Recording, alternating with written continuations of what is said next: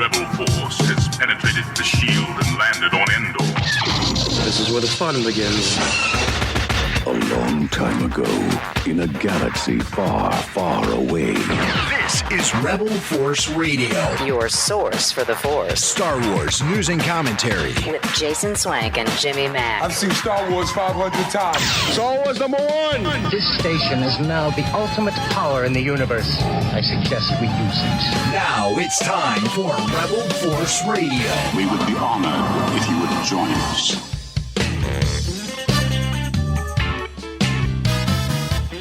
Well, I went out to my mailbox when I got home today, and look at this brand new edition of Star Wars Insider with Ben Mendelsohn as Orson Krennic on the cover. And I'm going to be honest with you, this is the first time in probably half a year to a year that I've actually cracked it open. You know why? Because Ben Mendelsohn is on the cover. You know, it's been on the cover the last 4 issues.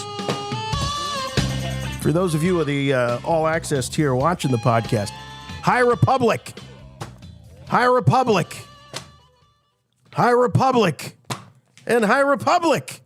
And I got to tell you, it just sits on my little stand here in the studio, and it doesn't get open. But here you go, Ben Mendelsohn on the cover. And I already found a couple of really interesting things. And I know what you're thinking. You're like, Swank, what, you still read magazines? You get them delivered to your mailbox? I do.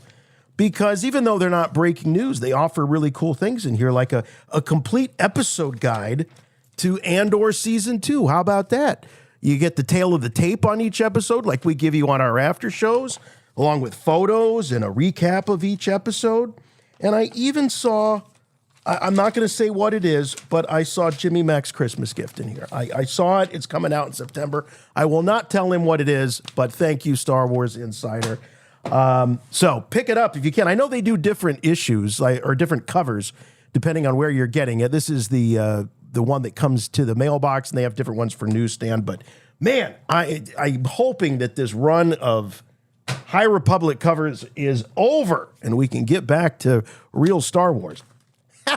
Just kidding. I know there's some High Republic fans out there. But anyway, welcome back to Rebel Force Radio. So glad to be with you this week. Feeling frisky here in the dog days of summer. We've got a really fun show ahead for you, including some Starfighter news. We got business to take care of. There's some Starfighter casting news we'll get to. But I'm really excited about these interview highlights we have coming up from 2 of the best and funniest curmudgeons in all of Star Wars, Liam Neeson and Harrison Ford, both making the rounds. And, again, curmudgeons, but 2 of the most naturally funny guys you can imagine. And if there's time, we'll get into some more of the highlights from the ILM documentary, Light and Magic Season 2. And really, if there's extra time, we'll get into Star Wars and pop culture. We hope we have time for it all. So grateful for you to be hanging out with us. And by us, if introductions are in order and you're new to the program, my name is Jason. And with me, as always, my good friend and yours from Chicago, Jimmy Mack. Hey, Jason. Hey, Star Wars fans. You want Star Wars curmudgeons? You got them. Rebel Force Radio's back. Star Wars Dude Bros. Star Wars Curmudgeons. Those are great names for a podcast, too. If we didn't already have Rebel Force Radio, Star Wars Curmudgeons could be what this show is going to be called. And we will say it loud, say it proud, through all of our fits of wheezing laughter. Remember that one? The wheezing laughter? Yes. We still got it, pal. Sure we did. Still got it. You know, every once in a while I do see on the internet and social media or whatever, where they get on us, man. They will get on us and call us mean names and stuff. And I think it was a Jason Swank who said this quote to me. I can't attribute it to Jason, but Jason certainly repeated it back when we first started doing this thing. Jason, you said, well, if nobody's complaining, we're doing something wrong. So I think we've been doing a lot of things obviously right based on some of the complaining that I've seen over the years. But that stuff only fuels us. It only drives our desire to keep bringing you guys the type of Star Wars commentary and belly laughs that you've grown accustomed to here on RFR. So we're not going anywhere. And let the haters hate. RFR #1. Yeah. That's right. That's right. Oh, yeah. Star Wars Curmudgeons. Star Wars Curmudgeons for life. For life. For life. All right. Well, we've got lots to cover, so why don't we get started with a little listener mail? How about that? Let's do it. You must contact me. Play back the entire message. What message? Message after the message. The Emperor commands you to make contact with him. It's a trick. Send no reply.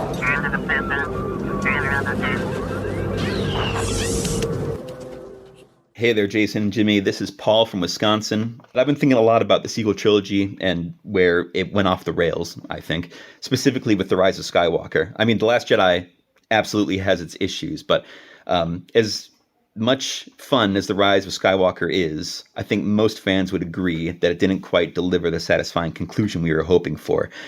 And my question is really, who's at fault here? Is it Rian Johnson for steering the story in a totally different direction from what The Force Awakens was setting up? Or is it Lucasfilm for doing a complete 180 and scrapping what Colin Trevorrow was planning with the Duel of the Fates? Honestly, I don't know the definitive answer, but we've all read Trevorrow's scripts, and I can't help but feel that the characters in the Duel of the Fates had more compelling arcs in that version. For example, Finn leads a full rope-blown rebellion on Coruscant. Kylo Ren continues his descent into darkness. He's haunted by the ghost of Luke Skywalker, and Rey's parentage stays consistent. She's still a nobody rather than being retconned or turned into a Palpatine. Now, I'm not saying that I agree with every single creative decision or choice in the Duel of the Fates, but at least it felt like it was building on what The Last Jedi was trying to explore. Instead, The Rise of Skywalker hits the brakes, reversed course, and tried to fix things by revisiting old plot beats. That tug of war between the filmmakers of Rian and J.J. Abrams made the trilogy really feel disjointed. I mean, come on. The perfect example of this is Rian Johnson has Kylo Ren destroy his helmet, and then J.J. has him glue it back together. I think that's the clearest metaphor of how very little narrative continuity there was between the films. But yeah, so just throwing that out there. Curious to hear your guys' thoughts. Love RFR, and may the Force be with you. Have a good one. Well, thank you very much. And that is a really good illustration of the pissing match that was between JJ and Rian. The interesting thing, though, Jim, with this is where the alliances were drawn, because so much of the scuttlebutt in the rumors were that it was not a smooth sailing relationship between J.J. Abrams and the bad robot folks and Lucasfilm, whereas Rian was the golden boy. Yet the guy that they decided to set all this up, JJ, and they gave him Lawrence Kasdan, which they were looking at as this huge advantage. They ended up not supporting the guy, and they give the baton over to Rian and support him in writing a screenplay that essentially rewrites, he would say subverts the plot points that were developed in the first film, and then they get cold feet again because of the reception, and they go groveling back to Rian. Or JJ.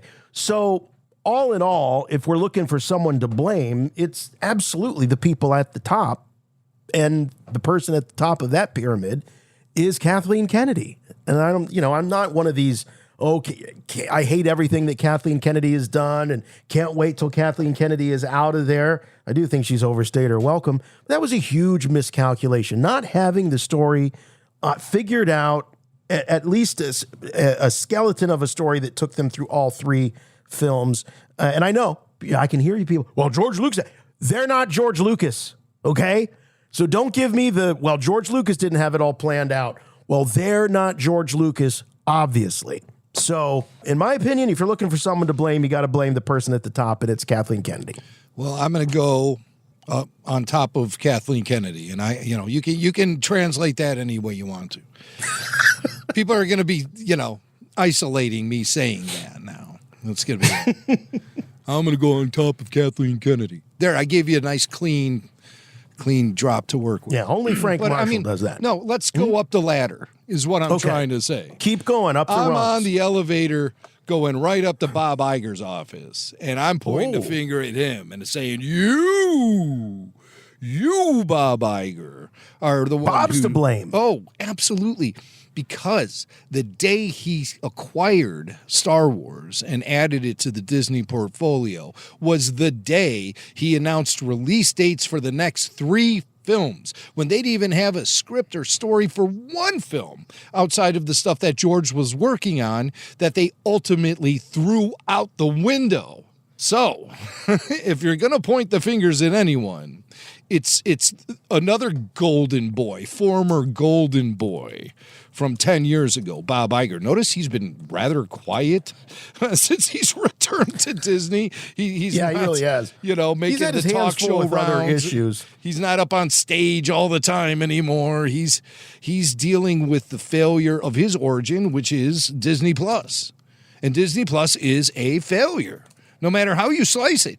Not only is it a failure, but it has sucked the life out of 3 formerly huge franchises: Marvel, Pixar, and yes, Lucasfilm.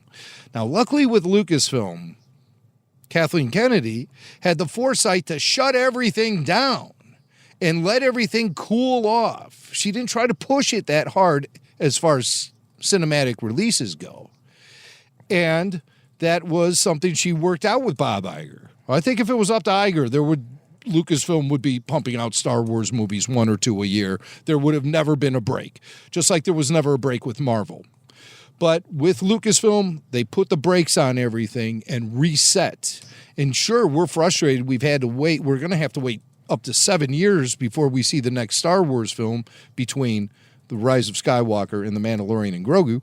But still, it seems to be kind of a prudent move because the box office is still fresh for Lucasfilm, whereas for Pixar and Marvel, it's been seriously damaged. Marvel thought the Fantastic Four was going to fix everything, and it came out of the gate strong, but second weekend it had an 80% drop. So it's not going to be the movie that's going to put Marvel back up on top. And serious resets are going to be happening at Marvel as a result, I believe. And serious resets have been going on at Lucasfilm as a result of their box office flop, which was the Solo film. And, of course, the diminishing returns from the sequel trilogy. So let's get back to the sequel trilogy and talk about who we can point the fingers at for why it went off the rails. Now, I point the finger at Bob Iger. True. But Kathy is not totally absolved of her sins either. She is the one who brought Rian Johnson in the fold as a way of, it was a spite hire because things weren't working out in a dreamy fashion with J.J. Abrams, because J.J. became really insular with everything and had Bad Robot do the heavy lifting as far as the production of the film goes. It wasn't a Lucasfilm production as much as it was a Bad Robot production. So they wanted to fix that with the Last Jedi. So they brought Ryan in, and Ryan was very collaborative. He came in, he moved to San Francisco, he met with the story group every other week, and they bounced ideas off each other, and it was all warm and fuzzy and lovey-dovey. But it missed the mark with the majority of Star Wars fans and did a really strong job to derail the entire franchise because Jim, I just want to pause real quick here and ask you, so when you talk about Ryan having this really warm relationship with the story group and you couple that with the fact that Lucasfilm staff felt unwelcomed on JJ's set, you can start to understand where maybe some of this spiteful storytelling may have taken shape, right? Yeah. As they were putting together these ideas for a follow-up to JJ's movie. Mm-hmm. And something else that happened, too, was the success of The Force Awakens. At the time, it was the biggest domestic box office hit. And so that really supplied Lucasfilm with overconfidence and hubris. And it also had Disney sort of let Lucasfilm do whatever they want in that period because they felt like everything was a sure thing if it had Star Wars in the title. And for me, the moment I really realized things were going off the rails was when they opened Galaxy's Edge in L.A. Anaheim. And Bob Iger said, we don't even have to advertise this. All we have to do is throw open the gates, and it's going to be park capacity, max capacity for the foreseeable future. Well, they threw the gates open, and you know what happened? The exact opposite. Because Iger's statements about the park being overpopulated scared everyone away. And Star Wars was not good enough to drive people to the park. I went to Galaxy's Edge about 3 months after it opened, and me and my family, we were so refreshed with all of the luxury that was afforded to us on that visit to Disneyland. We felt like we had the whole park to ourselves, and it was wonderful. You weren't waiting in lines for hours, or not even, worse yet, they were predicting people might not even get in to Galaxy's Edge. Yeah. You know, you can look at the articles from back when it opened, which I think it was 2018 or 2019. I'm not 100% sure. But when that happened, I was like, ooh, that's a kick in the sack for old Iger right there. And then the Disney Plus thing where he thought he was going to tumble Netflix over and take over the streaming wars and be the king of the hill. That didn't happen. And I read something along the lines of 750,000 subscribers dropped out of Disney Plus since the beginning of the year. I mean, that's a lot of subscribers. Yeah. So they're not adding right now. It's a big bite. So Bob Iger, you know, he just sucks. He just sucks. He's been so bad for franchise entertainment with the way that he just ruthlessly acquires brands and then just lets them flounder and only cares about the bottom line. He only cares. He's not a creative, folks. Don't ever let yourself think that this guy's he's a businessman. He's a shark. Yeah. Going back to that initial press release that went out in October, it was October 30th, 2012. You can go back and listen to the RFR episode that we did, our special edition episode of RFR when the acquisition happened. And Bob's quote was, "We plan to release the first new Star Wars film in 2015. This is, by the way, the end of October. And plan to release one film every 2 to 3 years." And so he announced the release date of what would become The Force Awakens in October for December 16th, 2015. 3 months later, he announces in March 2015 the release date of The Last Jedi. Oh, I see. I thought it happened all at once when he signed the thing. But yeah, you're right. He probably just only announced the first film. He announced the first one. So he goes out and he starts sharing early details about Rogue One. So he announces the release date for Rogue One and The Last Jedi. And then he gets egg on his face because he has to revise the release date from May 26, 2017 to December 15th, 2017. Per JJ's pleading. 2017. This is Ryan, so this is The Last Jedi that they had to change the date. Sorry about that. So, yeah. And then they had to do it again because he comes out in September of 2017 and says when episode 9 is going to be released, says it's going to be out May 2019, and then he has to move it not once, but twice. They adjusted the release date to December 20th, 2019, and then, they adjusted it, excuse me, they adjusted it to December 2019, my bad. Yeah. So they didn't adjust it twice. They adjusted the dates twice, once for each of the subsequent films. So he kept having to go back is the point, and getting these release dates locked in, like you were saying, before there's a script. And so if they're willing to rush that, he certainly wasn't waiting until there was some sort of treatment or cohesive outline for the sequels. He didn't care. That was not his problem to deal with. He wanted to make sure he had those tentpole slots so that the other studios all knew, because he had to go pee on this weekend to make sure that nobody else would dare release their movies in there. But what's funny about Jim, because your play-by-play, it's so accurate, that Lucasfilm kind of got a big head, I think, after the release of The Force Awakens, biggest movie of all time, literally. Yeah. But it was a J.J. Abrams joint. It wasn't a Lucasfilm joint. So they're getting big heads about something that they admittedly didn't have all that much to do with. Yeah, that is exactly why Bob Iger fought tooth and nail with Kathy Kennedy to bring J.J. Abrams back. Is because in Bob Iger's eyes, J.J. is the one that delivered a universally appreciated and very popular film in The Force Awakens. Rian Johnson brought in something that did some good box office numbers, but it was less than The Force Awakens, and that's how these corporate guys look at it. It's right. It's like, don't tell me what you did for me yesterday. Tell me what you did for me today. And if you didn't do for me today what you did for me yesterday, and then some, I'm not interested. That's how these corporate execs operate, and so that is a strike against The Last Jedi. However, I'm not going to lay it all on Rian Johnson. I don't think it's fair to, because he was hired by Kathy Kennedy. He developed that story with the Lucasfilm Story Group and other so-called Star Wars experts that work and he for was Lucasfilm. handed the mandate.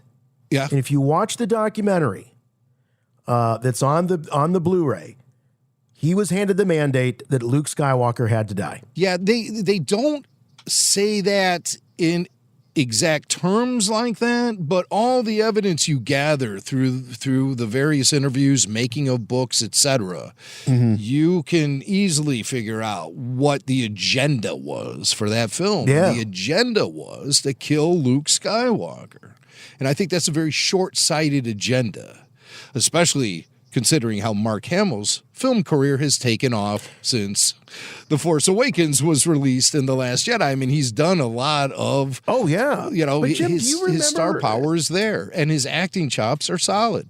Oh, they're fantastic, and it's worth watching because of his performance. He's wonderful in it. Given you think about the professional that he is, he's there kind of, it's not like he's there on screen with gritted teeth delivering these lines. He's committed to it, even though off camera rather, he is known for not really agreeing with the decisions that he made. I think the deal is, if we're going to be pointing fingers at anybody, it should be Bob Iger, because Bob Iger is the one who put all the creatives under the gun by announcing release dates for films that, they didn't even have scripts or directors attached to them yet. I think that's very heavy-handed. And, you're rolling the dice basically just on the name Star Wars. It's right. As much confidence as I have in that name and as much confidence as Bob Iger has in that, it's nothing without substance. And these Hollywood executives will never, ever, ever learn that. It's always quantity over quality, and it's really gross. And the Star Wars, especially the Star Wars sequel trilogy, people have been waiting for that you can even say people were waiting for that since 1983, really. And absolutely. And just the way that it was just so slapdash put together in half-assed games of pass the baton. And the reason I think they did that was for somehow to avoid any accountability for anything. By, just say, well, this person did that person did, Ryan did this, JJ did that. And it's like, that's how Kathy Kennedy operates, to avoid any sort of accountability. She did not strategize, nor did she pull off a solid execution the sequel trilogy richly deserved. Yeah. And we're talking to a bunch of Star Wars fans. Guys, listen, I like a lot of the sequel trilogy stuff, but it's so non-cohesive and definitely not the right way to end the saga. I can live with the big risks and the big swings that Rian Johnson was taking. I can deal with the outside the box stuff. But then just to wrap it all up, the next movie following it?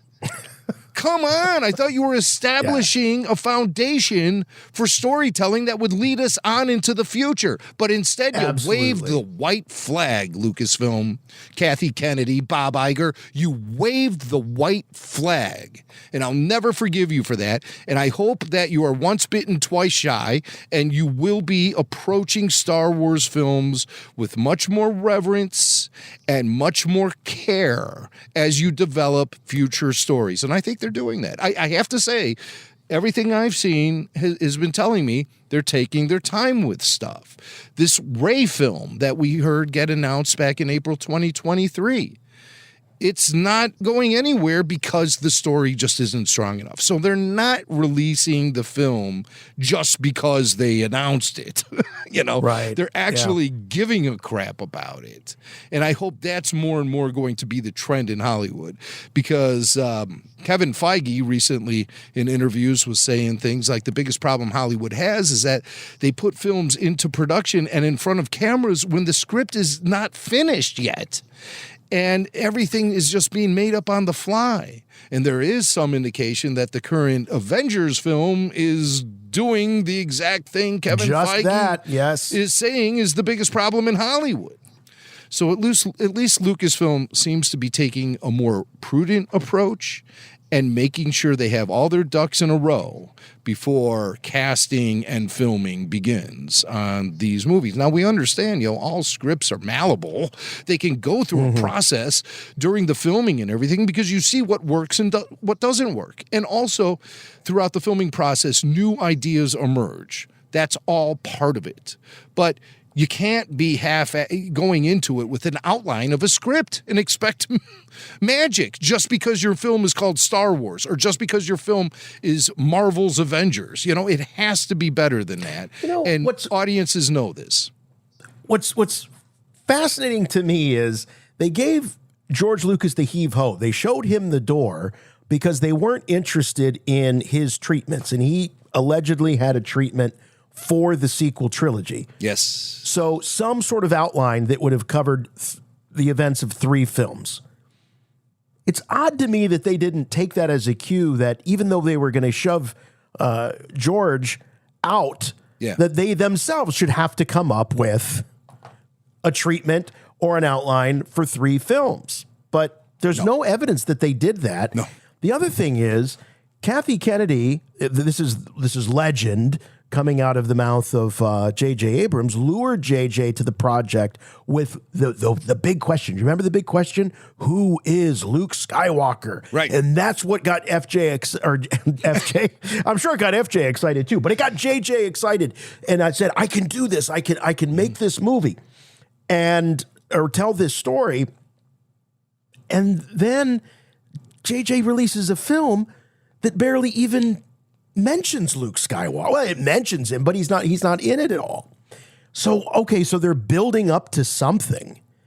And I just have to know if what did JJ leave behind for Ryan to pick up in terms of answering that question? Who is Luke Skywalker? JJ would have had to have left something.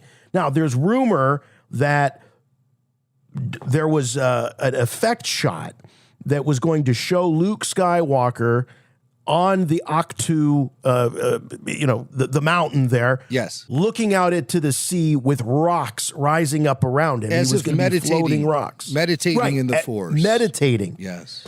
So the rumor is that we were going to see a Luke Skywalker that was still connected to the Force at the beginning of the second film. Yeah. And that was changed. So Per Ryan's request. So the ILM guys didn't do the floaty rocks for Luke on Octu and just left him standing there waiting for a lightsaber to throw. So that's a huge character pivot. Huge. Of course. Character pivot. Of course. And we never ever really got to see or understand how he ended up there. I mean, we get these little flashbacks and this whole Rashomon BS, but it's not good enough. We have to see it. We have to see it play out we can't just be provided these alternate flashbacks and say, okay, there's Luke Skywalker for you. What do you think? It's like, what do I think? I think F you is what I think. You guys are screwing the whole thing up. But, whatever. I mean, there's just no way to turn back time. And there are some people who still fiercely play the role of apologist when it comes to the Phantom Menace, or they make excuses for why this is that. But I mean, just not to disparage anyone, because I'm sensitive about all Star Wars fandom, and I think back to that quote George Lucas threw out last week. Don't let anybody ever tell you what art is. You will know what the art is. Sure. You don't need anyone to tell you that it is or isn't. So with that in mind, and trying to take a positive influence from George Lucas, I certainly will say, if you appreciate those sequel films and really get a lot out of them, then I'm not going to stand in your way. No way. No way. I would say that we could all agree that more pre-planning and strategy would have made them better. So even if you loved them, they could have been better. And there are just some elements of the story that's really difficult to add up.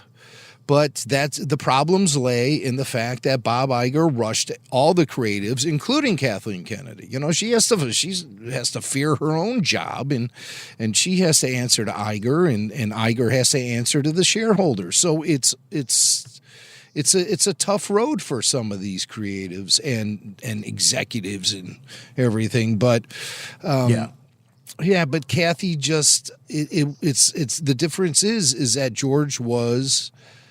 The buck stopped at his desk, he signed off on everything. And so you could say, well, George is making it up as he goes along, but George was making up everything. He built the whole company. He was making up the technology as he went along with ILM. And you can't deny the fact that they ended up achieving great results. And I'd be hard-pressed to say that the sequel trilogy achieved great results, because even the ones who are the biggest fans of The Last Jedi really seem to hate The Rise of Skywalker, and fans of The Rise of Skywalker really seem to hate The Last Jedi. And everyone is just like, okay with The Force Awakens at this point. So it's it's hard to even find someone who can say, oh, I loved all three films. To me, the greatest part about all of the sequel era releases was the experience and the community and the sharing it with all the fellow fans and the excitement and the energy. That was all great stuff. No one will ever take that stuff away. But then when all that stuff fades away and is gone and washed away, and you're just left with the sequel trilogy, then some real emotions and opinions start to rise up to the surface. And that's just where we're at right now. Maybe it can be fixed. Yeah. Maybe they can make the thing more cohesive with future storytelling. I certainly hope so. It seems like they kind of try to dip their toe in the water a little bit. Ooh, let's put cloning containers in The Mandalorian season 3. That'll somehow tie it all in together. But still, it's not cohesive storytelling. It's just Easter eggs at that point. No, and I feel like they sort of chickened out on that a little bit. They didn't fully commit. There was no commitment. It was just like, here, have a sniff of this. And now let's move on to the next thing, So maybe it'll get, I just get a remember little bit all the Moff Gideons breaking out of the glass and flopping around on the floor. Like dead fish. Like fish out of water, I should say. That's good stuff. Oh, man. Yeah. But that's what I think. So I appreciate Paul for calling in. Yeah. Paul from Wisconsin. I got to say something, if I'm going to evaluate the quality of the voicemail itself, I would say that Paul left us a textbook ideal voicemail. It was great quality. He didn't call in and leave it on the voicemail line. He sent us a voice memo to show@rebelforceradio.com. And he kept it well under 2 minutes, but yet packed in everything he needed to. And didn't waste any downtime yapping about stuff that didn't have to do with his topic. He presented us the question and the topic with utmost clarity and brevity. And that's what we look for in the voicemail calls, clarity and brevity. So good for you, Paul. Good for you, Paul. You get the no prize, the RFR no prize. Yeah, I'm not even going to give the number because I think you're right. I think the voice memo is the best way to drop a voicemail. So we're gonna say voice memo. Send us a voice memo. Show at rebelforceradio.com. All the smartphones do it. Yeah. So please do keep it under 2 minutes. That's sort of the rule. Stick to the point. Yeah. But yeah, great job, and Paul. Don't eat that iPhone microphone because it'll be like, with all the spittle sounds and the popping of the P's and all that. There's a lot of mic rumble on that. So just, you don't have to put it right up to your mouth. Just a couple inches away is fine, and then we'll all be happy. We'll live together in Star Wars utopia. All right, well, if you need more tips like that and you need more Rebel Force Radio in your life, there's no better place to find that than RFR over on Patreon. You can navigate there very easily by going to the Rebel Force Radio website and clicking on the Patreon banner over there on the right rail, or you can go right to patreon.com/Rebel Force Radio. There's also a great Patreon app. Those are just a few ways that you can get to more Rebel Force Radio in your life, and there's always something going on over on Patreon. And Jim, what's the latest and greatest?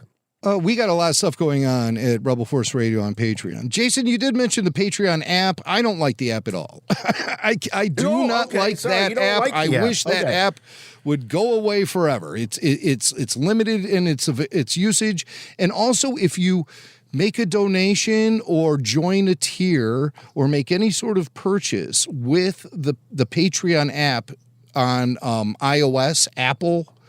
If you do it with your they iPhone, steal money from us, don't they? There's a secret upcharge that they have in there where it's a fee where Apple takes this money. So I mean, really, the best way to become a contributor to RFR on Patreon is just go to the URL via your browser, and there's way more functionability that way. I find the Patreon app to be extremely limiting, and I think Patreon should pull it from the App Store in general because it's criminal what Apple's doing. It's just downright criminal. And, they do love to wet their beaks a little too much. Oh, their God, beaks a little are pretty too much. wet. Apple has done a lot of maneuvering over the years to make podcasting a great place and podcasting a terrible place. They can't help themselves, it seems like. But hey, back to what's going on at RFR on Patreon at patreon.com/RebelForceRadio. We have the Babu Freaks this week. Babu Freaks number 52. Freak Eye for the Star Wars guy. What does that mean? Well, anybody who collects Star Wars or anything, that it can be a lot of work to maintain those collections, to put them on nice displays, to make sure everything's organized and together. But some have collections that they do that. Some just buy stuff and store it away in bins and stuff. They just collect to collect, and that's fine too, Or their space is limited, so everything goes into a closet or a storage locker or something. But then there are some who surround themselves with Star Wars memorabilia, but they never realize the potential, and they find themselves surrounded by shipping containers and half displays and stuff. And one of the Babu Freaks is going through that right now. They have this freak has a lot of good stuff, and this freak has places to display their Star Wars collection, but this freak has not done so yet because it can be time-consuming and daunting. So listen to the show to find out which freak it is and which Babu Freak is going to be the recipient of Freak Eye for the Star Wars guy. We've given a member of the Babu Freaks a deadline to get his act together, or the Babu Freaks will descend on his living habitat and get his collection in order for him, whether he likes it or not. Again, I'm not going to say who it is, but it's one of us four freaks. And it ain't me. So that's what's going on with the Babu Freaks. Of course, full show video is available of Babu Freaks number 52. And also we released another RFR Q&A this week, recasting Star Wars with RFR VIP Kyle from Indy. We go through all of the new actors who have taken over roles from these original characters, who have taken over the roles of these original characters from the original actors. And we also discussed a little bit about the CGI recreations of characters and stuff, but it's a lot of fun. Kyle put together this great photo display, this gallery of side-by-sides of the original actor with the actor who took over their role. And there are more Star Wars actors than you'd think who have been recast at this point. And we talk about just about each and every one of them. And of course, the photo gallery is available to everybody on RFR on Patreon. The full show video is available to RFR All Access supporters and VIPs. And we want you to check it all out.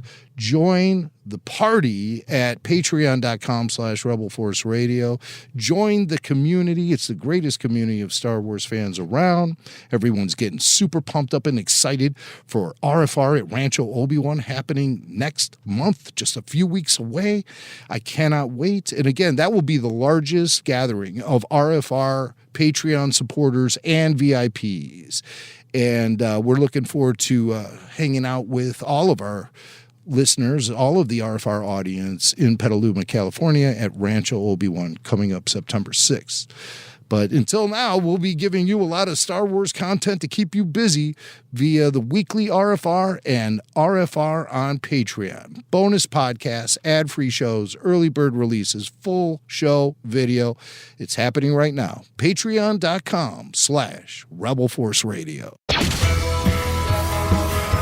Rebel Force Radio.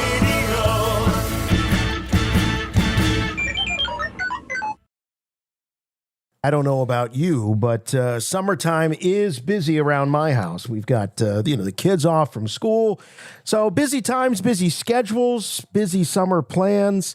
And if all you got is a couple of minutes, our good friends at Factor can help you eat smarter with tasty chef-prepped meals that are dietitian approved and delivered right to your door. They're delivered right to my door. I love Factor. And now with more than 65 weekly meals made for how I live and what I like to eat, I've got even more ways to fit in a real meal wherever the day takes me. So more variety, more meals, and choose from a wider selection of weekly meal options, including premium seafood choices like salmon and shrimp at no extra cost. My wife loves the seafood. I like the salmon and the shrimp, but my wife loves the seafood. So support your wellness goals.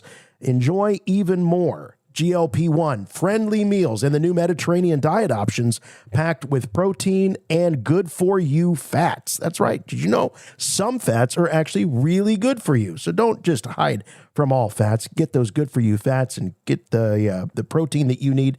So savor global flavors. And for the very first time, you can try Asian inspired meals with bold flavors influenced by China, Thailand, and more. From more choices to better nutrition, that's why 97% of customers say that Factor helped them live a healthier life. So feel the difference no matter your routine. We love Factor here at RFR, and we know you will too. Absolutely. I mean, it's so convenient to have these chef-prepared meals at your fingertips, ready within minutes. When you're on the go or at work or whatever you're doing, just sit at home enjoying a good meal. I mean, Factor is the place. If you're in the rush in the morning, they always say breakfast is the most important part of the day. There are add-ons. You can get pancake bundles, breakfast bundles. We want you to eat smart at factormeals.com/RFR50off and use the code RFR50off to get 50% off plus free shipping on your first box. That's code RFR50off at factormeals.com for 50% off plus free shipping. You can't do better than that. Get delicious, ready to eat meals delivered with Factor. I have good news for you, my lord. That's good news. Come closer, I have good news. Oh, yeah, all the Who's in Whoville are going to be rejoicing at this one.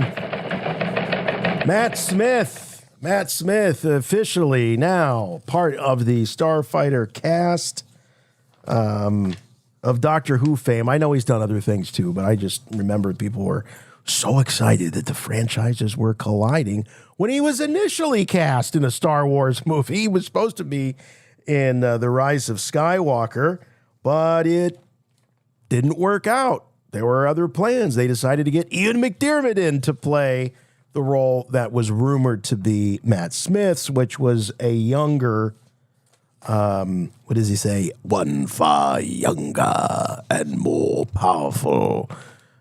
Yeah, it was supposed to be a younger, more powerful version of Palpatine, played by Matt Smith, but it ended up being Ian McDiarmid instead. So, yes, that kind of adds to that. They think we're stupid, and they think Star Wars bad. Well, you can't recast that. People are going to not know who it is. You got to get the old guy again. Get Ian McDiarmid in the role. But I think having a younger clone of Palpatine would have made a whole heck of a lot more sense than it would have been more like Dark Empire. I'm going to clone the old man me. Yeah, right. Yeah, what's the point of that? But Right. it would have been more like Dark Empire as well. You know, the Dark Horse comic guys in, in the 90s, they had it all figured out. But again, that's some of that wishy-washy stuff that was going on with the production and development of the sequel trilogy. It was just like everything was shifting and moving with the wind. And we still never actually heard exactly why Colin Trevorrow was sent packing. We never have been given a satisfactory explanation for that, other than differences of opinion about how to push the story forward or whatever. But I mean, I find that hard to believe, because he, as our caller said before, he was pushing the story he was pushing the Last Jedi story forward. He was writing a sequel to The Last Jedi, whereas J.J. Abrams brought a film that was really kind of more of a sequel to Force Awakens than it was Last Jedi. But I mean, it was impossible to do with the middle film being so different. Impossible to do. But with Trevorrow, it would have been a much more cohesive story. I think at the end of the day, I would have rather gone down that route. At least you would have had a story that made more sense. Really? Well, it would have been more cohesive. But we're talking about Matt Smith, and I don't think Matt Smith had anything to do with the Colin Trevorrow script. This was purely the J.J. Abrams script. And they were bringing back the Emperor in the form of Matt Smith to play a younger Emperor Palpatine, much like it was based on the Dark Horse Dark Empire series. Yeah. Which we know that was a source of reference, because if you watch the behind-the-scenes stuff for The Rise of Skywalker, you see that book in some writing rooms. So they were tapping into that for sure. And that's part of the reason why I kind of like the Rise of Skywalker. Granted, I will say it's a very flawed film. I get that, and not a suitable finale to the Star Wars Skywalker saga, as they call it now. I think I was just happy that the whole thing was over. It was the conclusion. Thank God we made it. It was sort of and Matt Smith may have really dodged a bullet. Now all of that is. All that smoke has cleared, and he's got clear path with really a blue sky Star Wars project, it sounds like. All we know is that he's playing a bad guy, and this is a courtesy of Variety, so we can assume that this is confirmation. Things don't show up in these types of pubs without it being confirmed. So the question is, are they going down the path of clone Palpatine again? Is he going to be designated to play a young clone Palpatine? And what about Mia Goth? I thought she was revealed to be the villain. So maybe he will be a villainous duo with Mia Goth. So it'll be Palpatine. That's what I think is going to happen. Yeah, Palpatine and Darth Talon. Young Palpatine and Darth Talon. Ooh. Hey, if they do it right, if they execute this right, it could work. It really could work. But that does seem to be. Well, it really does set up Palpatine to be the cinematic Star Wars Ming the Merciless. So channeling our old buddy Paul Bateman, who said, Ming never died. That was the way it was with Flash Gordon. So they're going to keep recycling Palpatine, and it's just going to be, I guess, the way it goes. He's forever the baddie in Star Wars. Just because I'm offering that speculation doesn't mean I'm sold on it, nor does it mean that's something I necessarily want. I am just looking at the facts as they present themselves to us and the history that we know of with Matt and Star Wars. I find it to be, I think it's a long shot at best for him to be appearing as a young Palpatine, but I just want to throw it out there as a possibility. So this is going to be now the third Doctor Who actor to appear in a Star Wars production. We had David Tennant voicing Huyang. That's right. And we had Tom Baker voicing Bendu in the Star Wars Rebels show. So now we have Matt Smith, the third of the Doctor Who doctors. Not that it matters to me because it really doesn't. But I just thought I'd bring that up just for the sake of trivia. But we do have keeping score at home. I just want to say real quick, if you're keeping score at home, confirmations, Ryan Gosling, obviously, along with Sean Levy, and now Matt Smith and Mia Goth. I think that is confirmed. It was not broke by one of the major outlets, but all the major outlets republished it. They went with it. So there's no one disputing it. So I think that is definitely in the confirmation column. As far as speculation goes, Jesse Plemons, he's out there. His name's been bandied about. And Mikey Madison is a name that's been tossed around. Sarah Snook, that's another name. And Jodie Comer. So interesting. Yeah.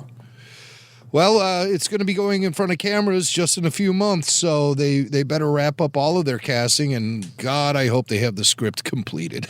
But here's Matt Smith. He did discuss his almost role in The Rise of Skywalker. Was it Palpatine? I'm not sure. All the information seems to point in that direction, but that's never been fully officially confirmed. But Matt did talk a little bit about his experience with Star Wars and does confirm to the Happy, Sad, Confused with Josh Horowitz show, going back to May 2021 for these clips. But Matt talks about his almost involvement in Star Wars and confirms that it was more than just a rumor. You were going to be in The Rise of Skywalker. Matt, did you ever shoot any Star Wars scenes? No, I didn't. There was. We were close to me being in it, but then it just never quite happened. I think the thing they were thinking of me for, eventually the part became, it became obsolete and they didn't need it, and so I never got to be in Star Wars. Yeah, it became obsolete because they hired Ian McDiarmid in a role and not you. He went from young to old, and thus the role became obsolete. Yeah, that seems to add up. That seems to add up. But he does talk a little bit about who his Episode 9 character would be. I haven't heard these clips since 2021, so I assume he's speaking in kind of vague terms, but let's listen to hear what he said to Josh Horowitz. Was this Palpatine's son? Was that who you were playing? I could not possibly say. But it was a pretty groovy thing. It was a really groovy part and concept. It was pretty big. It was a big thing. It was like a big story detail, like a transformative Star Wars story detail. But it never quite got over the line.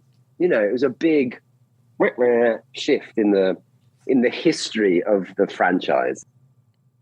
See, now I'm more inclined to think that it may have been Palpatine's son, and that it was going to be a biological son that instead of a clone as Rey's father.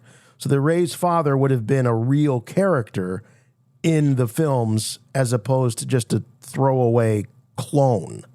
That actually makes more sense.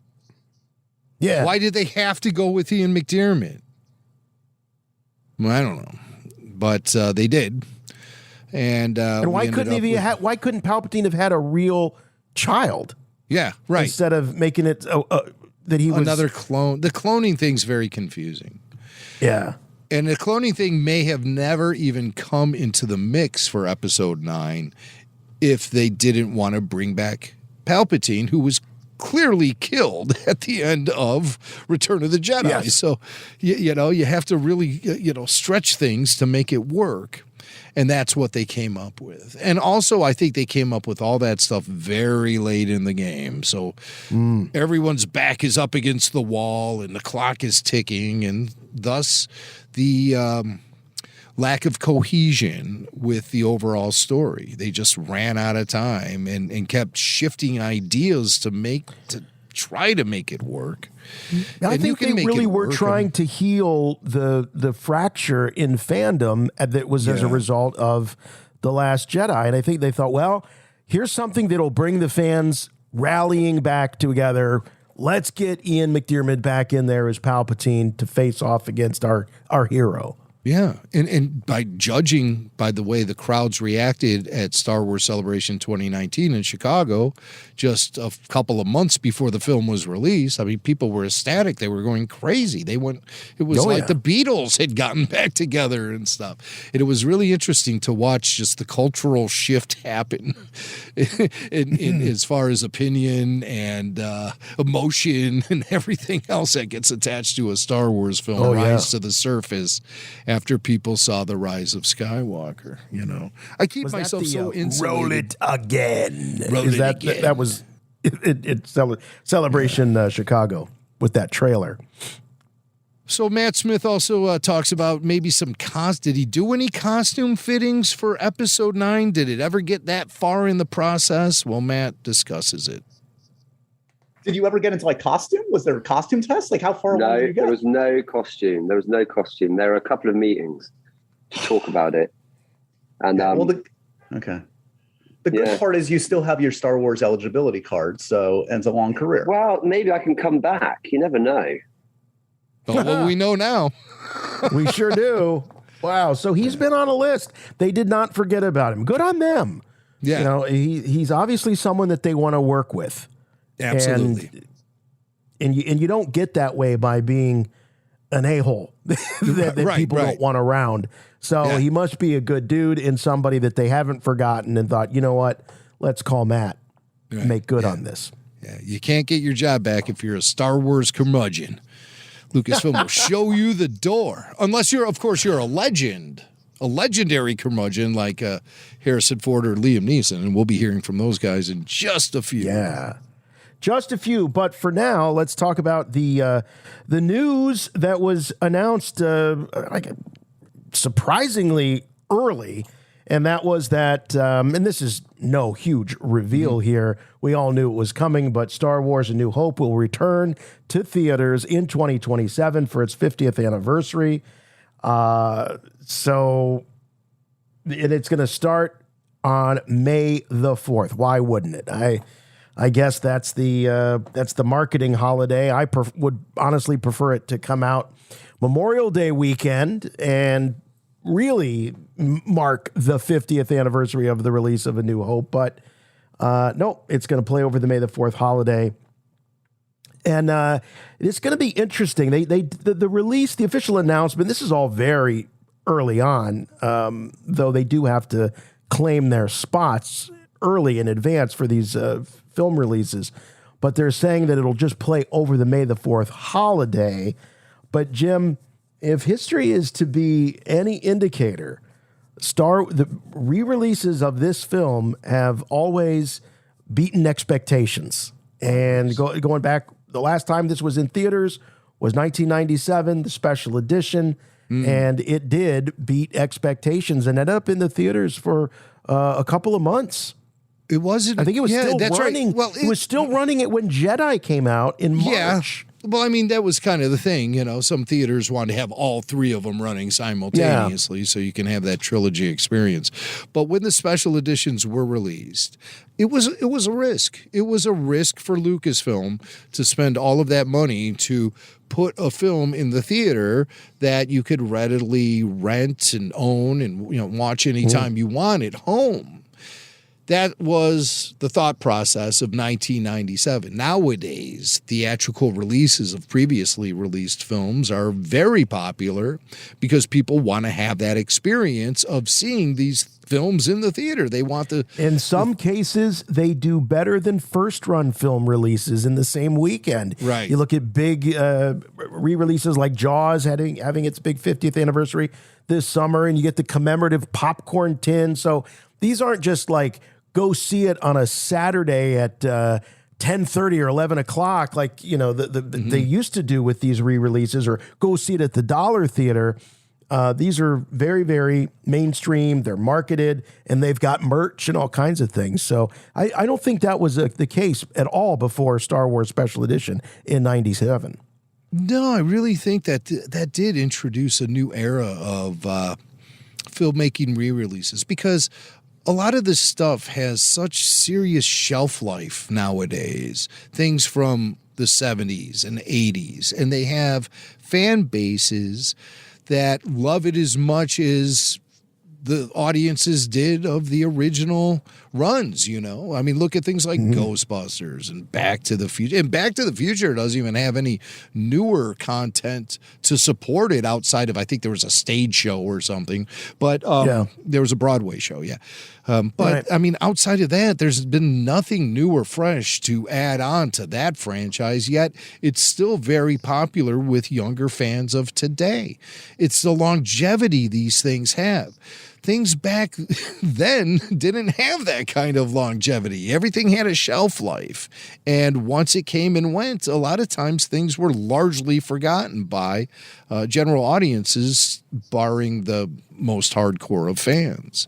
Nowadays, it's like things just live on forever. And so to be able to have that theatrical experience that a lot of audience members never had the opportunity to have, then that's an added value for these films, and to re-release them is great. Plus, it's a limited release, only a week.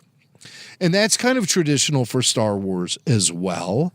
For somebody who remembers all of the re-releases of A New Hope into cinemas back in the 70s and 80s, it would come back around, but they would let you know. For 2 weeks only. That was usually what it was, a 2-week run back then. Now they just do 1 week. They figure they're lucky. They'll get their money and then they'll bolt before it starts to become a deficit, a liability. But back in the day, they would come back. They'd say for 2 weeks only. So you would have that call to action. You would have that urgency. You'd have to go out to the theater to see it. And especially there was no home video back then either. So that was a guarantee that the re-release would do something decent at the box office. Now it's nostalgia that really drives it. Back in the day, the re-releases were all about necessity. To scratch that itch. I got to see Star Wars again. And there was only one way to do it. Nowadays, it's all about the nostalgia factor of having that experience of seeing it in a theater. And you're right, it's been all that time. I can't believe it's been so long since A New Hope was last in theaters. It didn't get any pandemic run. I know Empire did. I know Return of the Jedi did.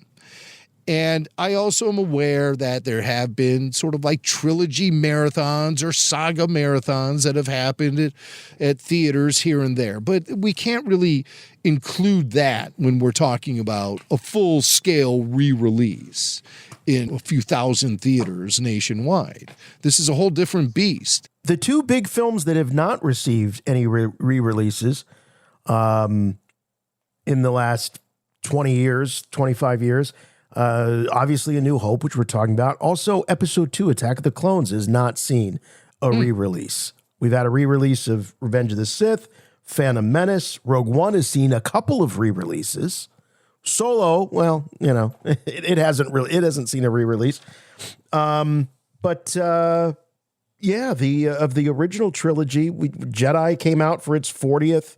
Empire has had 2 re-releases that were marketed re-releases since the special editions. But that original A New Hope has not seen a theatrical re-release with any kind of fanfare since 1997. Oh, by the way, I got to correct myself when I said, boy, I'd really like to see this on Memorial Day weekend. It can't, because Memorial Day weekend 2027 is when Starfighter comes out. So they don't want to compete with themselves. But boy, won't that be an interesting month to be looking at box office, and it'll just be a great time to be a Star Wars fan. But my, everyone's eyes are going to be on to see, wow, what do they support? The new Star Wars or the classic? Or both. Well, either way, I think it's a great promotional piece for Star Wars Starfighter as well, because if people have a good time going to see A New Hope in the theaters, that's just going to prime them to then go see a new Star Wars film a month later. I think that's great, man. I think that's absolutely just a couple of weeks later. Now, here are the things we can speculate about. What print is it going to be? Is it going to be the original? Remember, there was that print that was screened in London, accompanied by an introduction by Kathleen Kennedy live. So it's there is that possibility that they could release the original just to celebrate the anniversary. See it the way it was seen back in 1977. See what we saw 50 years ago, but better. And then they'll tell you why, because now it's in IMAX, or something along those lines.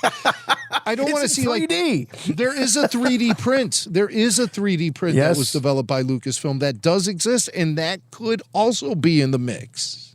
Or even like the 4D theaters, things like that. I mean, the possibilities are pretty strong here for experiencing Star Wars, the original film, in whole new different ways. So we'll see how it all plays out.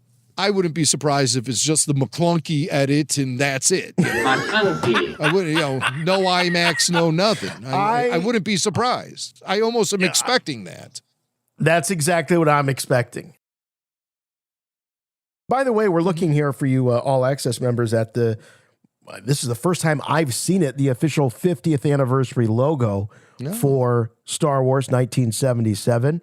I'm a little underwhelmed, I got to say. I don't know what I was expecting, but I kind of thought maybe there would be. I think it's because it's so similar to the 40th. So just 10 years ago, all the merchandise had the 40th logo with Luke and Leia in that classic vintage poster pose where she's leaning up against him and he's holding up the lightsaber. Jim, is there a name for that, by the way, that classic poster? I know there's the circus poster. There's various names for these, but this is it was a style developed by the poster artist named Tom Young, and then reimagined by the Hildebrand brothers.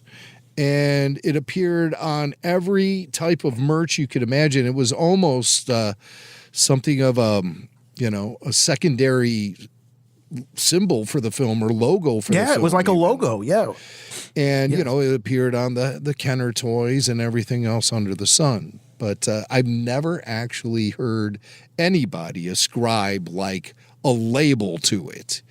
This is the Luke and Leia Legacy logo or nothing. I don't know what it is, but just the hero. So the 40th logo, had 40 behind it, and so the 50th, and then this was another kind of curious one that they did last year, where they were celebrating the 50th anniversary of Lucasfilm as a company, and I thought, wow, that kind of dilutes the big 50th that's coming out for Star Wars. Even the Hasbro merch had this 50th anniversary Lucasfilm logo on it.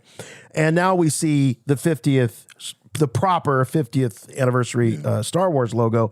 But like I said, it's very similar to that 40th. This might not be the final version. By the time 27 rolls around, maybe there's something else. But like I said, I don't know what I was expecting, but I was hoping for something a little bit more exciting than this, but I am glad that Luke and Leia are prominently in it. Yeah. Going back to that 50th Lucasfilm logo, you're right. It sort of dilutes what's coming up in just a few years. Obviously celebrating 50 years of Lucasfilm based on the anniversary of American Graffiti, which is basically why the company was formed to begin with. And It's just silly, though, to be celebrating a 50th anniversary of Lucasfilm Limited because it's Lucasfilm, a subsidiary of Disney. And the Lucasfilm we knew that George Lucas owned is no longer in existence. So it's just another branch of Disney. And so it's kind of a half anniversary, in my opinion. It was just weird. It's just not. Weird. It's not the same company. It's Disney now. It really is. At SDCC, I really neglected this when we were recapping SDCC. Because I downplayed it, and Tanya, luckily, RFR Patreon VIP, she had it in her coverage. But there was a Lucasfilm animation exhibit that was set up at SDCC, and they're celebrating an anniversary, the 20th anniversary. So I guess all aspects of the company are celebrating all these anniversaries. So why not give Lucasfilm Animation doesn't even exist as a company anymore. It was, and as soon as Disney bought it, they dissolved the whole thing and had that become absorbed by Lucasfilm itself. It's an odd thing then to celebrate an anniversary about. Right. A company that no longer exists. Yeah. Whatever. Oh, well. You know, that's Hollywood for you. They break their arms patting themselves on the back. But as far as the 50th anniversary release of A New Hope, the speculation, will we see an IMAX? Will we see in 3D? Which version will it be? Well, the folks at Polygon reached out to Lucasfilm and Disney for clarification. And neither companies responded. Oh, no, Lucasfilm did not return requests for a comment. But a representative for Disney said the companies were not confirming the format of the film at this time. So Disney, again, speaking for Lucasfilm to Polygon, and that makes all the sense in the world because Lucasfilm is Disney. And anniversary celebrations or not. So if you want the answers about Star Wars, go to Disney because they have them. Yeah, don't forget that Disney is also 20th Century Fox now.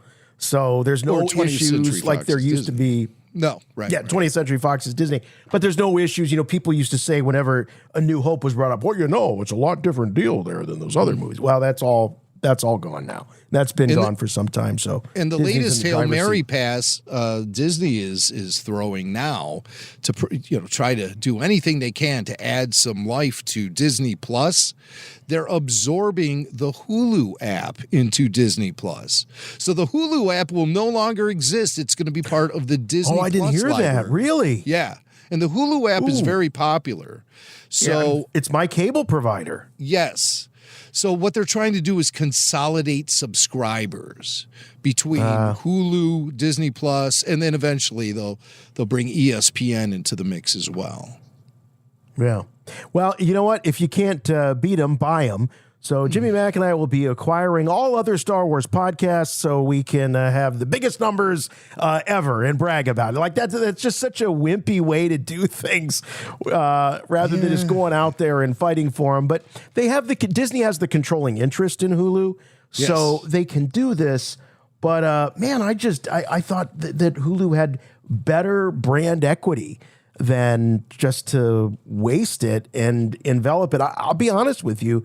I think Hulu has probably more, not brand recognition, but probably a higher favorability across the country right now, just speaking as an American, than Disney does. Disney's having a horrible time right now. In the realm of streaming, yes, I would say. In the realm of streaming, I don't know what the numbers are, but it's that Disney brand that matters the most. And so they're going to take these companies they've acquired and start to absorb them all into that Disney brand. The question is, when are they going to do that to Lucasfilm? When are they going to move Lucasfilm out of San Francisco down to Burbank, California, or wherever, wherever, I don't know where they put them, somewhere in Southern California.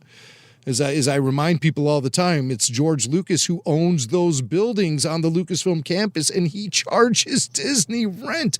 He's a landlord. Yeah. The $4.5 billion wasn't enough. He's also going to charge them rent, and he charges them to use Skywalker Ranch as well. So none of that stuff comes free to Disney. You know, they bought Star Wars, but they didn't buy the buildings, nor did they buy Skywalker Ranch. You're talking about Disney Plus. Have you noticed that they've started sort of these like live channels that you can tune into at any time on the Disney Plus app? So you can just kind of watch The Mandalorian.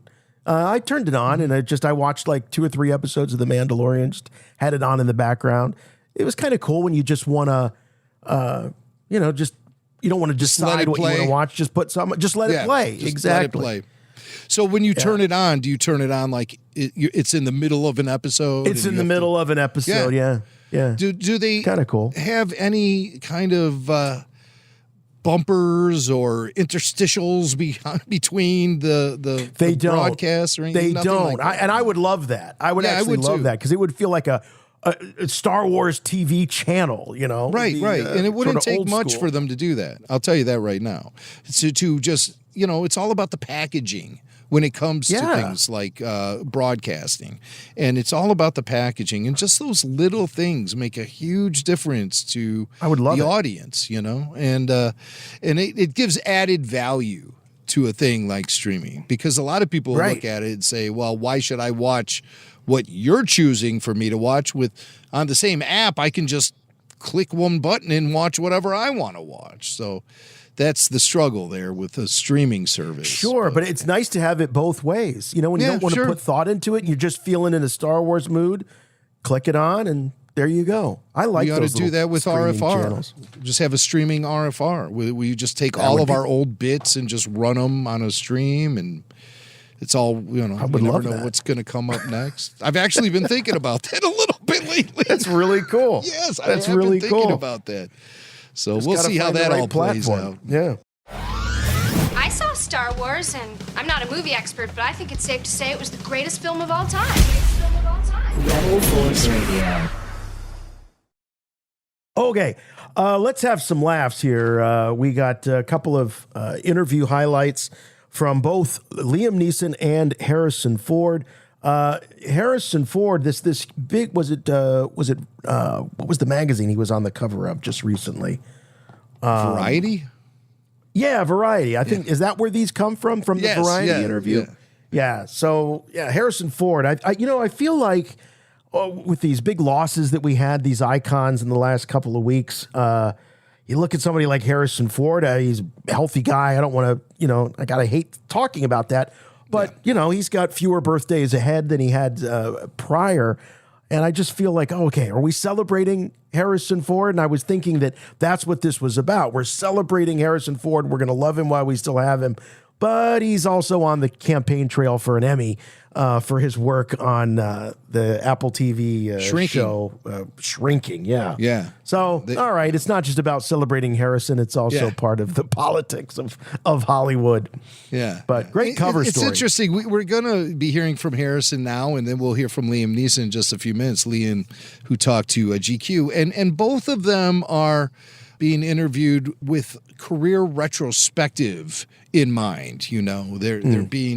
They're reflecting on their career. In the case of Harrison Ford, and Harrison's a great subject to do this with too, by the way, they are just handing him index cards with quotes, dialogue that he's used in movies, things that have come out of his mouth while portraying characters in these major motion pictures.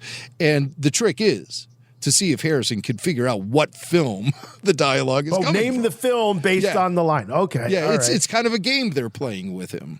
So, and the video is called "Does Harrison Ford Know His Lines?"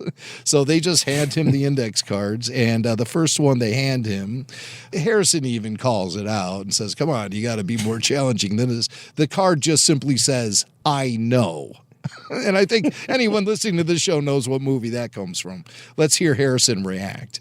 You're trying to make it too easy for me. I know. Carrie Fisher said to me, "I love you." And I was supposed to say, "I love you too."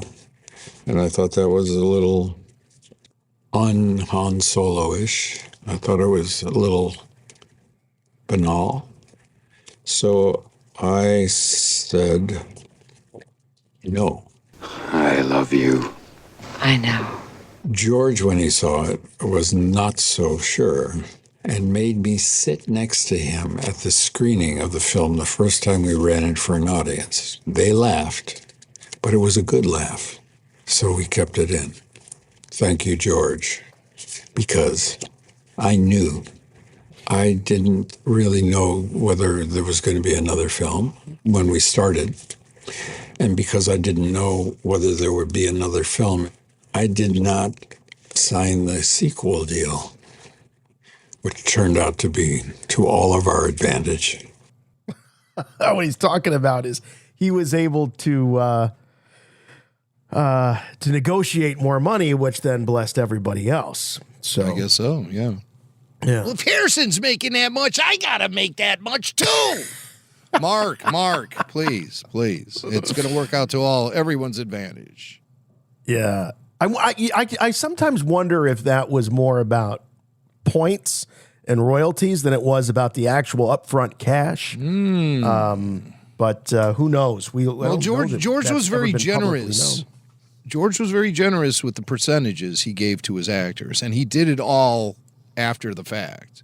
After all the riches started spilling in, he started presenting percentage points to the main cast, I think, to sort of get them excited about doing sequel films. You know, maybe specifically Harrison, to get him excited about doing sequel films. But he was always on a film-by-film basis. So I don't think that was the case. It's kind of a weird Mark thing he Carey. says about, well, we didn't know if there would be a sequel, so I didn't sign the contract. Well, what's that matter? If you didn't, if you would have signed the contract and there wouldn't have been a sequel, what's the loss? You do whatever the hell you want. You know? Right. Oh, that's interesting. Whatever. Maybe he just didn't want to be on board with something that was just, merely a concept at that time. He wasn't going to sign the dotted line for, to be a part of something that's just merely an idea at that point. Well, he's a smart dude. He knew the right line of dialogue to throw into that scene.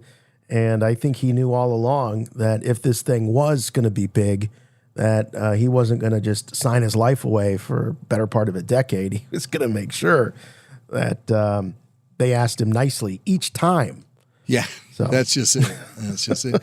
But oddly, from what I understand, when it came time to do the sequel films, Harrison was the first one to sign on the dotted line. I remember that. Totally gung-ho and on board.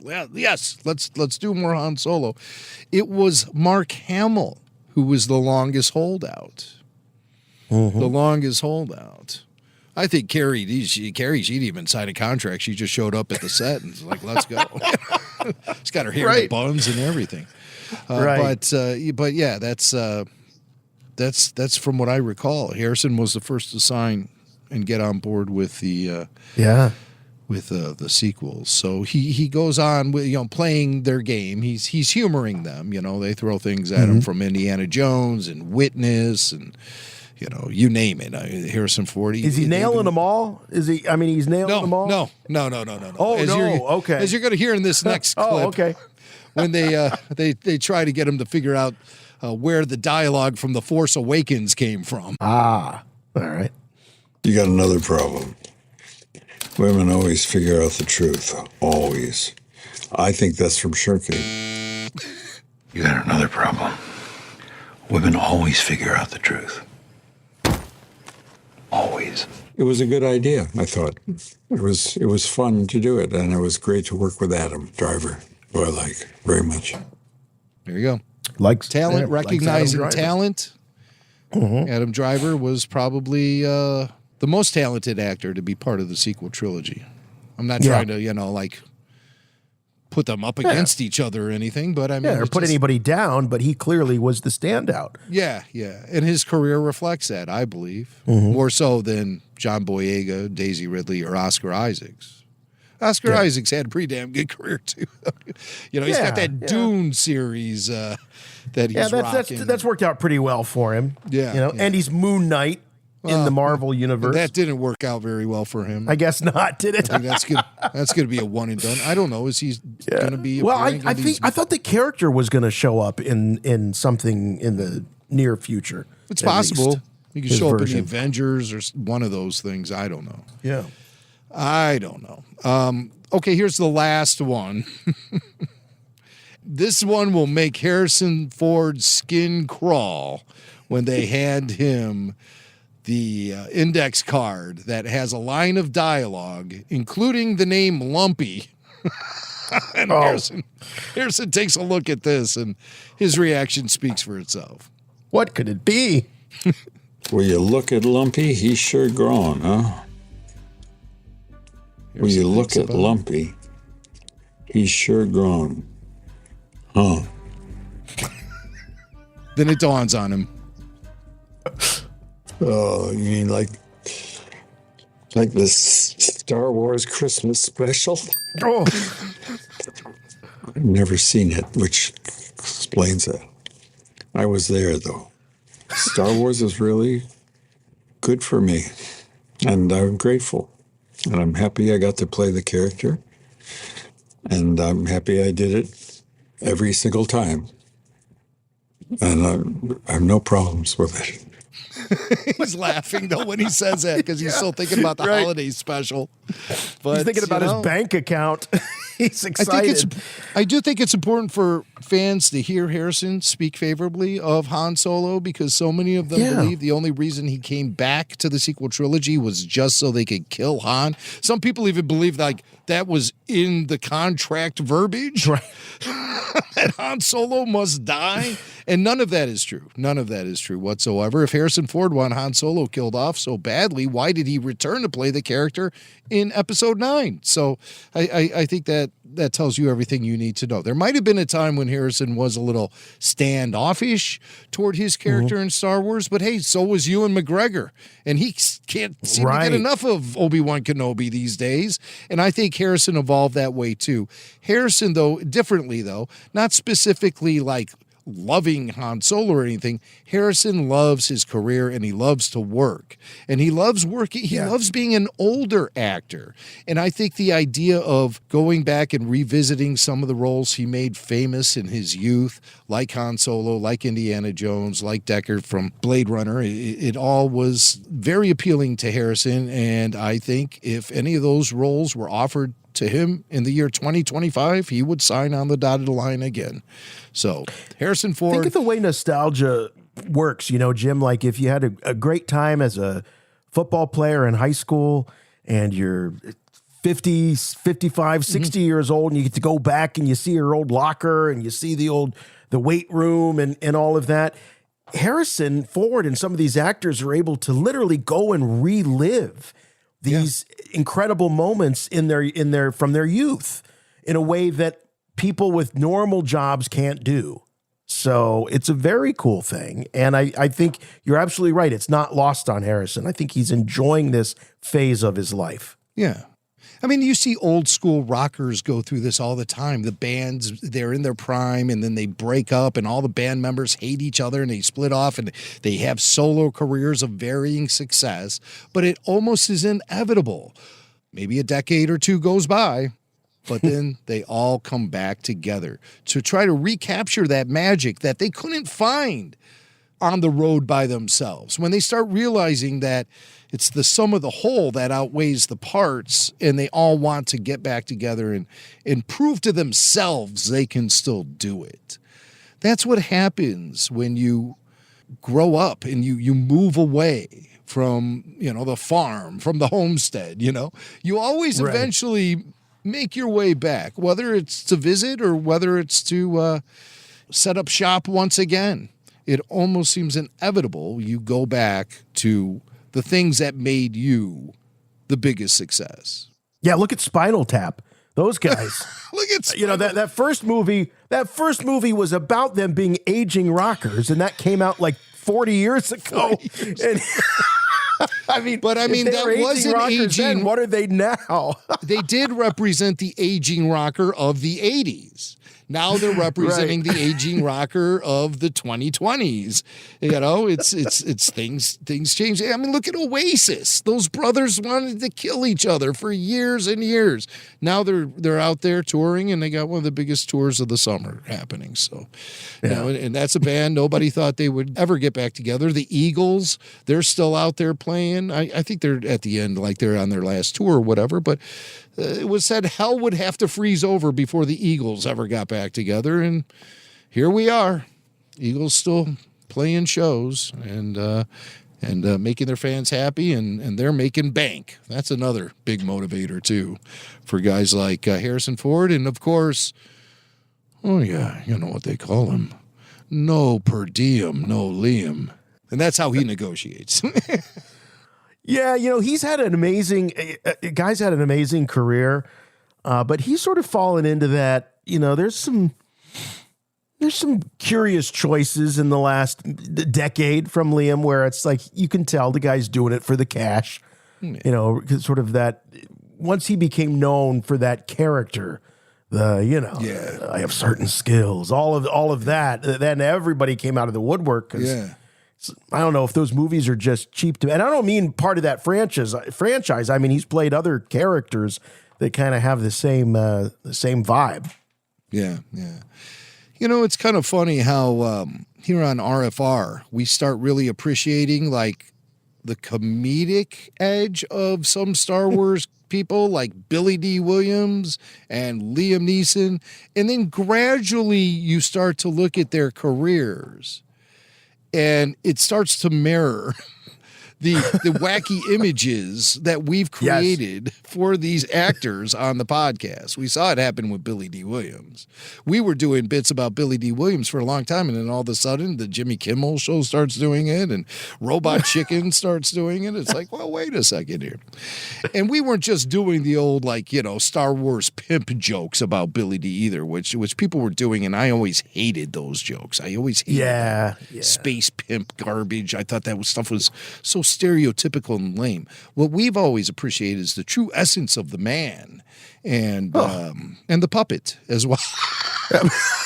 See, the puppet is very important in this equation. The man and the puppet, yeah. The man and the puppet. When Liam got cast in this Naked Gun reboot, which is it's not truly a reboot because he is playing Frank Jr., right. So I guess it's a sequel. It's a reboot. It fits the canon. It fits Naked Gun canon. Right. It does. But there were a lot of people that were like, Liam Neeson, that doesn't make any, Leslie Nielsen, Liam Neeson, that doesn't make any sense. But if you had seen what we've seen over the years covering Liam, and especially if you saw him in Life's Too Short, which really, I think, said to the world, you know, that the guy's got some great comedy chops because he likes to do improvisational comedy. Yeah, there's just an amazing scene that you have to check out in the Life's Too Short series with Ricky Gervais and Warwick Davis, where Liam comes in to talk to Ricky and Stephen Merchant and wanting some career advice because he really wants to make the shift to comedy. And I'll just say it, leave it at that. You got to check it out. But ever since then, I knew that he had that dry, sardonic kind of wit that would have made him that makes him the perfect choice for Frank Drebin. Oh, for sure. Yeah, I can see it. I can see it. And people have been seeing the movie, and it's been getting rather favorable reviews and stuff. And it's probably worth seeing in a theater with an audience so you can feed off of that energy of everyone laughing and stuff, you know. You feel kind of lame when you go to that midday matinee and you're the only one in the theater and you're laughing your ass off and nobody else is around, you know. Anybody? You're hoping like maybe the projectionist will laugh. It never happens. But Liam is great, you know, and he's doing this thing with GQ. Obviously, he's out there promoting the Naked Gun. And GQ started to go through a career retrospective with him. They didn't have any clever gimmicks like Variety did with the index cards of dialogue. And, you know, they didn't turn it into a game with Liam, but Liam kind of treats it like a game a little bit in the way he talks about Star Wars. So they talk to him about all kind of things having to do with his experience in The Phantom Menace. And he does discuss a little bit about George Lucas and George's aversion to directing feature films, even though he is known as a feature film director, something George kind of doesn't care for spending his time there, and so Liam talks about that. The first time Ewan McGregor and I had to draw our lightsabers, I remember we both made the sound at the exact same time. George said, "Boys, you don't have to do that. We can add that stuff." Oh, okay, sorry. George doesn't like directing, period. He told me that. He'd finish a scene, he'd say, "Natalie, a little bit faster. Liam, a little bit faster there." Editing, sweet. Afterwards, yeah, that's when he starts enjoying the process, but actually directing actors and stuff. He told me he doesn't like it at all. I like that Liam's saying it like it's a secret. Yeah, hey, George told me. He told me that he doesn't like making film. I don't know if you heard this. Yeah, George tells everybody. Right. The bum on the street he's passing on his way. I don't like directed movies. Yeah. Oh, you think you have it tough? At least you're not directing movies. Sit there asking for handouts. I'd love to be doing what you're doing. The freedom.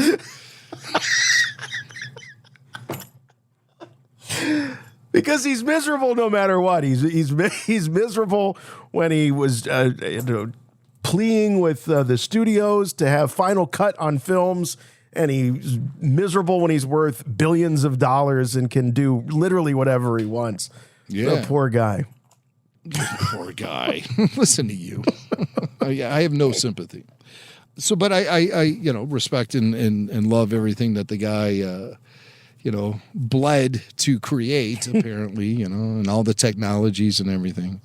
Liam continues to talk about his Phantom Menace experiences. And here, this is the quote that has been getting a little bit of buzz over the last week, where he discusses the death of Qui-Gon and how he really wasn't down with the way his character got eliminated. I thought my death was a bit namby-pamby. I'm supposed to be a master Jedi, My character fell for that. Oh, I'm going for your face. No, I'm not. I'm going for your stomach. Oh, you got me. It's like, oh, please. Hardly a master Jedi. Now, see, is he goofing? Do you think he's just goofing? Because the whole Naked Gun thing, it's such a comedy.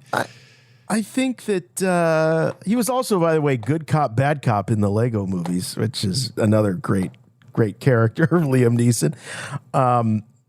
I think there's a kernel of truth to this. Liam's kind of a badass. I don't see it as that. He forgets that there's a whole generation of kids that was like a seminal moment in their young lives when Qui-Gon died. But I think I buy that Liam looks back on that and thinks that was who knows, maybe even on set he might have been telling Nick Gillard there, "Oh, you really think he would fall for that? Thought this guy was supposed to be good." Well, you know something, Swank.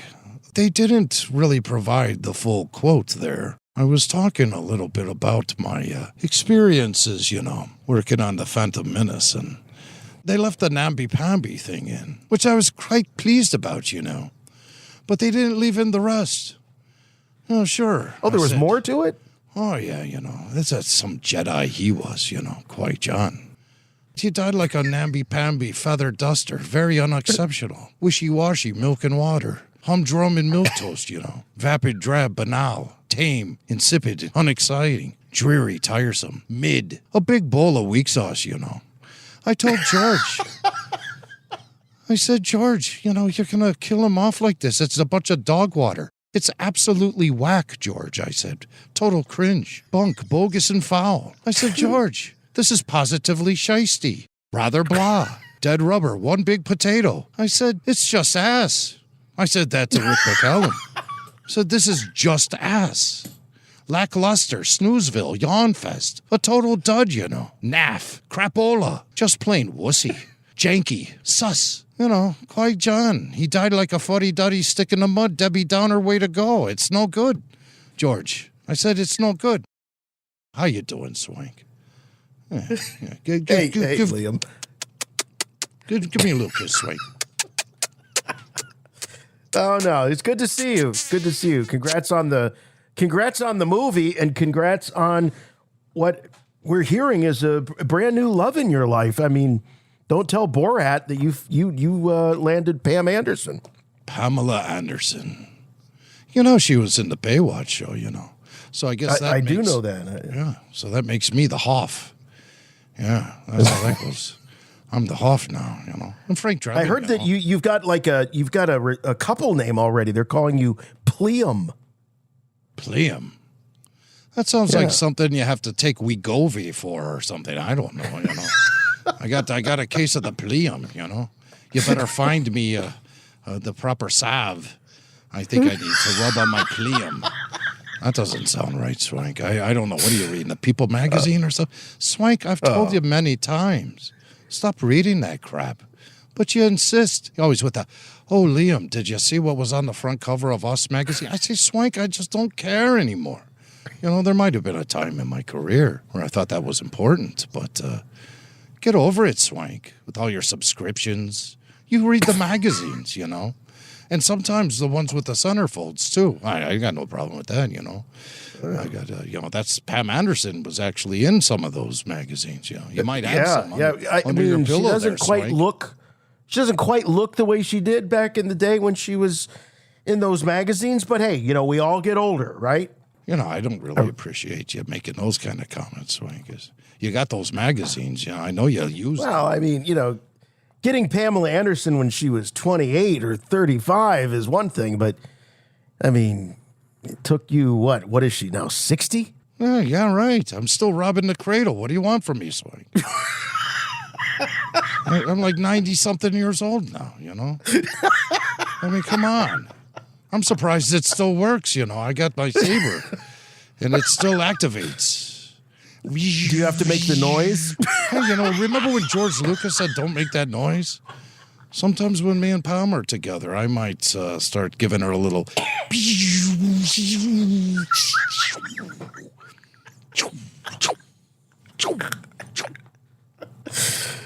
It's always great to hear from you, and all the luck. We do have a few more clips that we want to get to of you from this great GQ interview. So thanks for stopping by and making sure that we got the full quote, because you said a lot more than namby-pamby.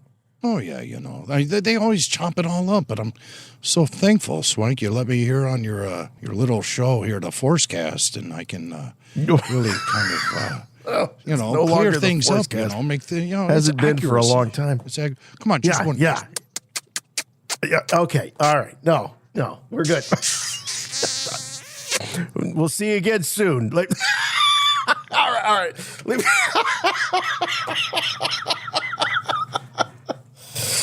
Oh, there he goes. Liam Neeson, everybody. The legendary Hollywood actor. A real movie star, like we were talking about Harrison Ford, you know? Oh, he's the real deal. There's not a lot of these guys left that you just look at him and you go, that's a movie star. That's a movie star. You got guys star. like Liam, you got Harrison, you got Tom Cruise out there. Maybe you throw a George Clooney in there, but I don't know. I don't even know if George is movie star. Like, George has done some things, but like nothing iconic that I don't see people like saying, oh, I grew up and I saw all of George Clooney's movies like a Harrison Ford. I just, the print the impression that guys like that have made on generations now of moviegoers is crazy. I don't know. I think people are just thrilled with his role on the Batman movie with Schwarzenegger, his Mr. Freeze. That was like the most popular Batman movie ever. I don't know. You got a problem with George Clooney? Jeez. George Clooney is Batman? George Clooney is Bruce Wayne, not much of a problem. George Clooney is Batman? Showed up at the end of that Flash movie, spoilers. Oh, yeah, that's right. I thought that was kind of clever with the multiverse and all of that. Whatever. Yeah. Hey, it's Mark Hamill, that Skywalker guy from those space movies. Rebel Force Radio. Force yourself to listen. Back to Liam Neeson. Yes. We heard him talking about this a little bit earlier this year when Liam stopped by to visit Conan O'Brien's podcast. But it's always worth hearing Liam Neeson talk about having to shoot scenes with Watto, especially when Liam impersonates Watto. So that's why we're playing this clip. You may have heard Liam say this in other interviews, but any variation of this story is always worth hearing again and again. I remember I had a scene with the kid that was going to be Darth Vader. Lovely wee actor. And this flying, talk like that, which I'd never seen before. So I'm getting my makeup on that morning, and Morag was my makeup lady, I remember. I said, Morag, this is quite a big scene. I have quite a bit of dialogue with this thing. And she said, Liam, you could be a monkey smoking a pipe. No one's going to be looking at you. They're all going to be looking at this thing, you know? Which was kind of true, you know. Monkey I forgot about that. That's a classic Liam quote. A monkey smoking a pipe. Yeah, you know, I said to George, you're a wonderful filmmaker, and you're doing wonderful things with the special effects on this film, but can we have a monkey smoking a pipe? Can we please? Just somewhere, maybe in the background, you know. Because Morag told you that would be a big deal. I had it in my contract, you know. When Liam hits the set, there better be a monkey smoking a pipe, or I'm going to walk. And George, he told me something about CGI, and I never saw her, not once. I just saw that little guy flying around going, it's a little water, you know. It's like, God, I got to act with this? What the hell? You know, I'm Oscar Schindler, for Christ's sake, you know. Make me with a little fly bottle guy. All right. Well, I better get back to my media tour for The Naked Gun in theaters now. So thank you, Swank. I'll see you. Thank you, Liam. Thank you very much. All right, we got one more Liam quote here. Yeah, we sure do. You still talking to Star Wars. I'm not Liam. Liam is coming. Yeah. But here's some interesting stuff. Liam has rarely spoken about his experience on the set of the Kenobi series. I know he has spoken about it, but it's not anything that gets brought up very often with Liam. And he talks about it with his typical laissez-faire kind of attitude. Oh, it was just one little scene. Obi-Wan's coming in on a camel and sort of said, Master, I've been looking for you everywhere, or something like that. And I say, I've always been here.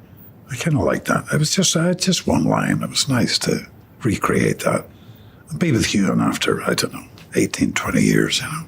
It was sweet, yeah. There's so many branches of Star Wars now. I think it's over. Oh, wait a minute. What? I think it's over. Yeah, you know, there's so many branches of Star Wars now. It's over. It's just over. They're not going to do anything exceptional ever again. You know, maybe they'll ask me back. Maybe they won't. Maybe I'll be a ghost or a hologram. Qui-Gon, you know. But there's nothing special about it no more. But if people are talking about that a lot. How could it be over? How could it be over? There's so many branches, he says. I mean, I think he's talking about oversaturation of the brand is what he's talking about. Sure. Right there. That's stuff that we talk about here and there, but I think it's far from being over.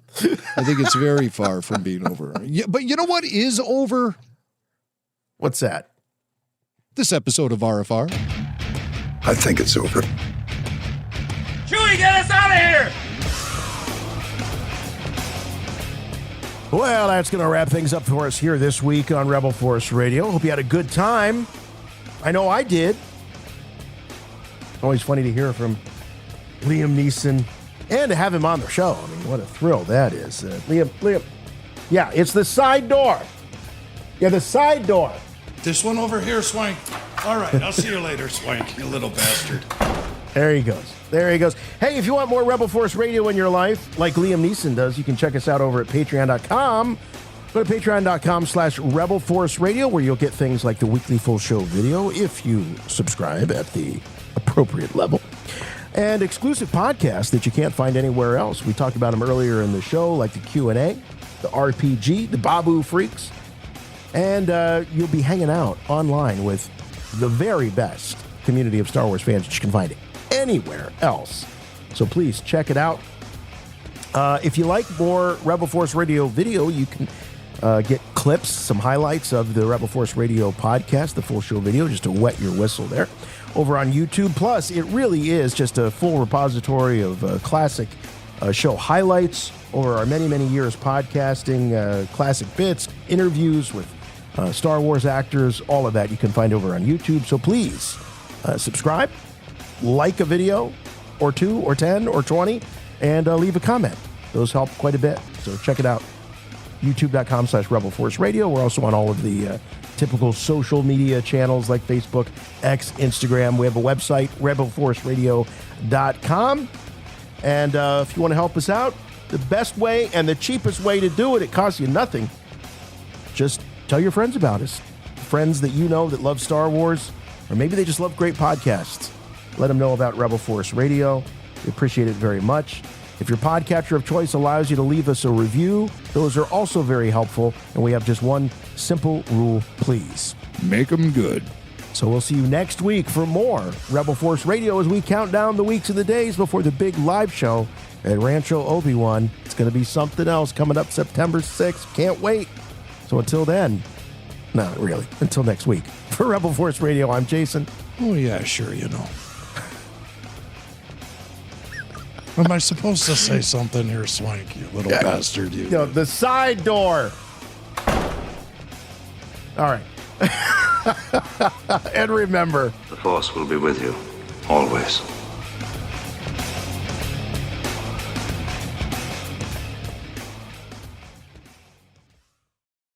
Oh, I'm going for your face. No, I'm not. I'm going for your stomach. Oh, you got me.